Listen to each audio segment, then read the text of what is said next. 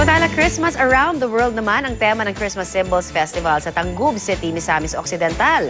Gawa po sa indigenous at recycled materials ang mga replika ng mga istruktura ng iba't ibang bansa.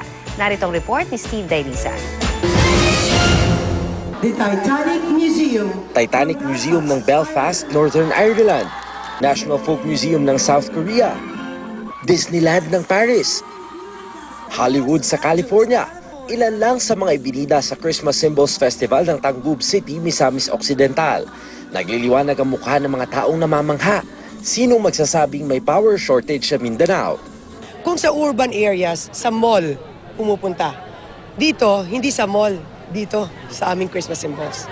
So it's more natural. Wala kaming aircon pero yung lights lang talagang grabe. Matindi. For last year, umabot kami ng 1 million.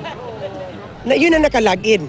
Hindi pa kasama yung mga hindi nag-login. Bawat departamento ng Misamis Occidental nag-ambag-ambag ng isang araw na sweldo para maitayo ang mga struktura na ginamitan ng indigenous at recycled materials. May bilin at parol din para tatak Pinoy.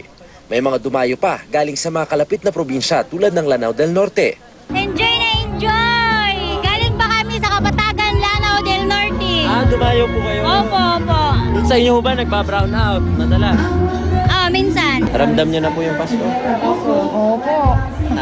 Parang Pasko. Ang saya ng Pasko kahit walang pera.